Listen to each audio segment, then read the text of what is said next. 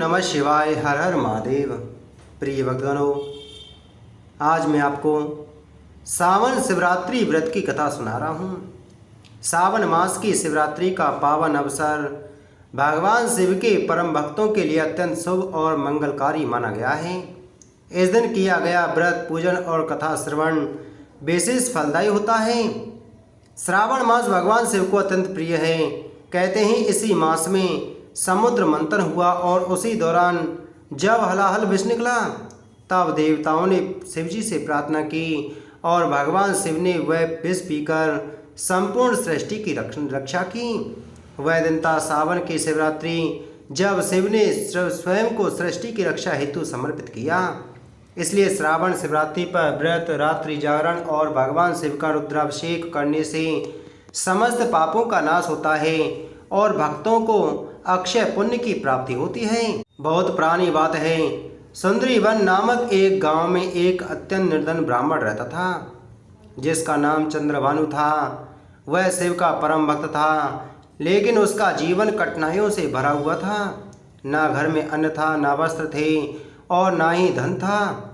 एक दिन सावन मास की शिवरात्रि आई तो चंद्रभानु ने प्रण किया, हे भोलेनाथ, चाहे कुछ भी हो, मैं आज आपके लिए व्रत रखूंगा, जल भी नहीं पीऊंगा, केवल तुम्हारा स्मरण करता रहूंगा और रात्रि में जागरण करूंगा।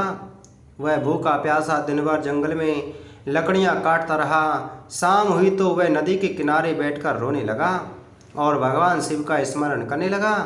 इतने में उसे एक शिव मंदिर दिखाई दिया, जो सूखे पत्तों से ढका हुआ था।